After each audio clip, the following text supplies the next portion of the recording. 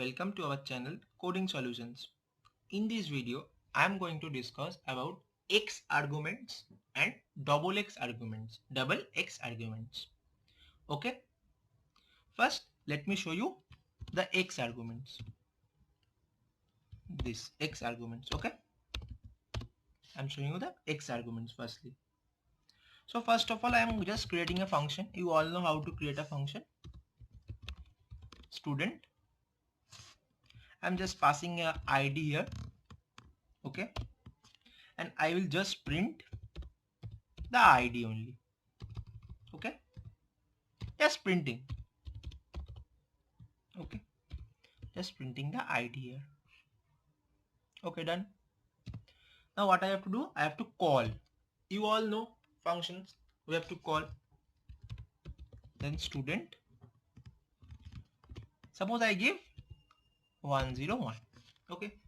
ID is 101. So it's successfully calling 101. Suppose if I want to give here, suppose I want to give your name. Then I have to again add your name.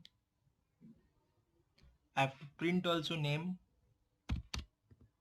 I have to print also name. And here I can give, suppose I give Rohit. Okay, like this you all know. See, it is printed. Now suppose you have to give CGPA marks, first semester marks, second semester marks. You have to always change the parameter and then in calling function you have to write it. But if you use your X arguments, then you don't have to change parameters. Just you have to give one parameter and it will print what you call. Now I will show how is it so useful and it will save your time. Now suppose, let this be here. Now suppose I create def student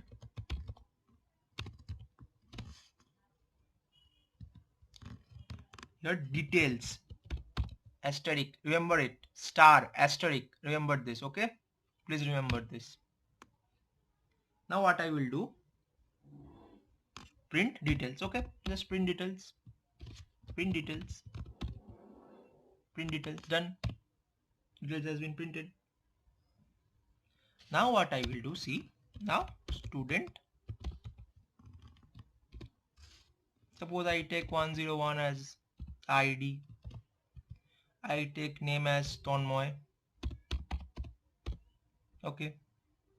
Now let me give here a CGPA 9.2. Now let's see. See, it's printed. Now let me remove these lines. Then it will be very easy for you to understand. See, I have taken only one parameter and it is printing ID, then name and CGPA.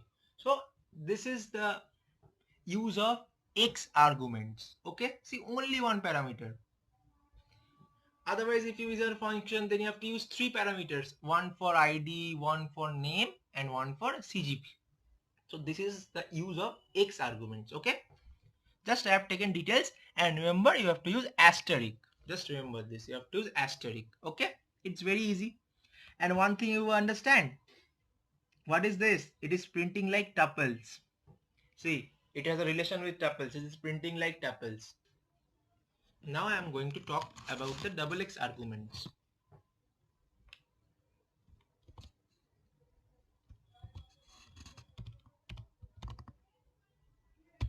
Double X arguments. I am just creating a function def student. Suppose I take here ID and name. ID and name. Okay. Then what will it print? I will print it ID comma name. Okay. Now I will call it student